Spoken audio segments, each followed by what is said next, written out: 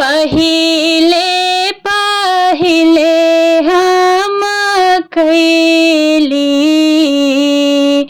छठी मैया व्रत तोहार, छठी मैया व्रत तोहार।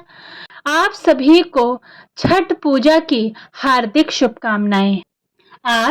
आज हम इस वीडियो में आपको बताएंगे कि साल 2023 में दिवाली के ठीक 6 दिन बाद आने वाला कार्तिक छठ पर्व कितनी तारीख को है, छठ पर्व की तिथियां क्या हैं, शुभ मुहूर्त क्या रहेगा, पूजा विधि और इसका महत्व के बारे में आज आप इस वीडियो में जानेंगे। छठ पूजा व्रत की पूजा विधि। छठ पर्व से 2 दिन पहले चतुर्थी के दिन स्नान आदि करके भोजन किया जाता है। पंचमी को उपवास करके संध्या काल में किसी तालाब या नदी में स्नान करके सूर्य भगवान को अर्घ्य दिया जाता है। तत्पश्चात व्रत पारण किया जाता है। पूरे दिन बिना जल पिए नदी या तालाब पर जाकर स्नान किया जाता है और सूर्य देवता को अर्घ्य दिया जाता है। अर्घ्य देने की विधि। एक बांस के सूप में केला एवं अन्य फल, अलोना, प्रसाद, ईख आदि रखकर उसे पीले वस्त्र से ढकना चाहिए। तत्पश्चात दीप जलाकर सूप में रखना चाहिए। सूप को दोनों हाथों में लेकर निम्न मंत्रों का जाप करना चाहिए। ओम एहि सूर्य सहस्त्रांशो तेजोराशे जगतपते। इस मंत्र का उच्चारण करते हुए 3 बार अस्त होते हुए सूर्योदय को अर्घ्य देना चाहिए।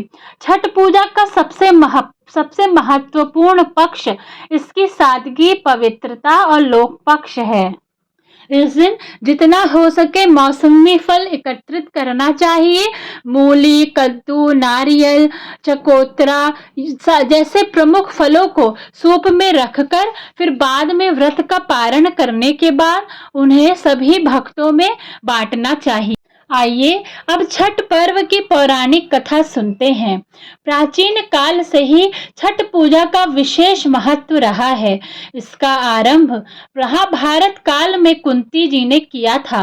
सूर्य की आराधना से ही कुंती को पुत्र कर्ण की प्राप्ति हुई थी। इसके बाद कुंती पुत्र कर्ण ने सूर्यदेव की पूजा शुरू की। वह भगवान सूर्य का परम भक्त थे। प्रतिदिन घंटों कमर तक पानी में खड़े होकर सूर्य को अर्घ्य देते थे।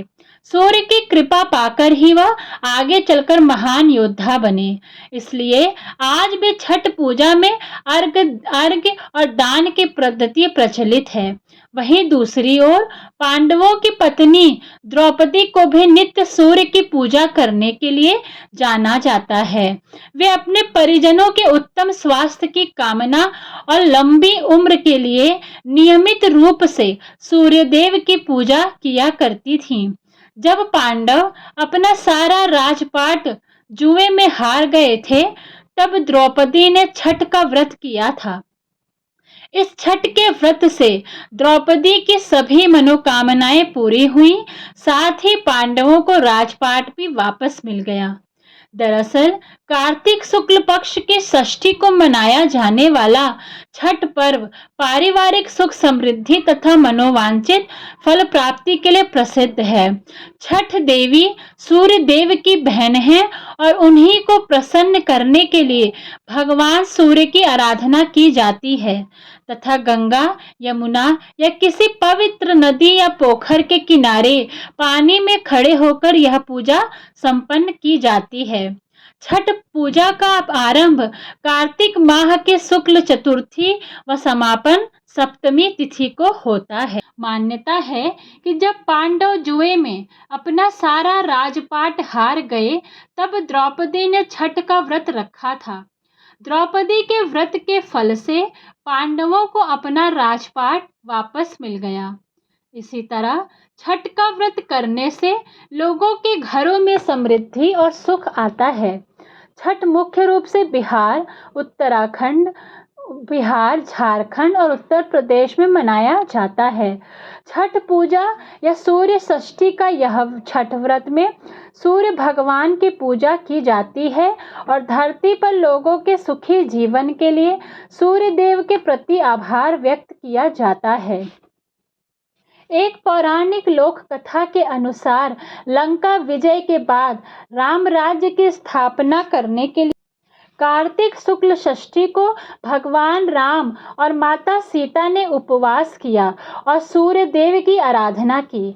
सप्तमी को सूर्योदय के समय पुनः अनुष्ठान कर सूर्योदय से आशीर्वाद प्राप्त किया था। एक कथा के अनुसार राजा प्रियव्रत को कोई संतान नहीं थी। तब महर्षि कश्यप ने पुत्रेष्टि यज्ञ कराकर उनकी पत्नी मालिनी को यज्ञाहुति के लिए बनाई गई खीर दी।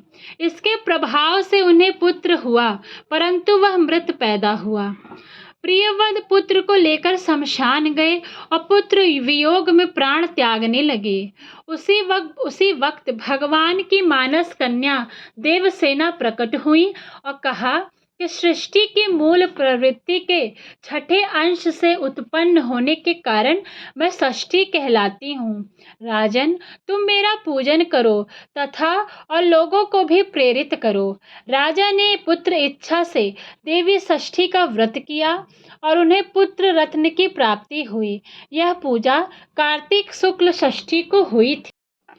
एक कथा के अनुसार राजा प्रियव्रत को कोई संतान नहीं थी।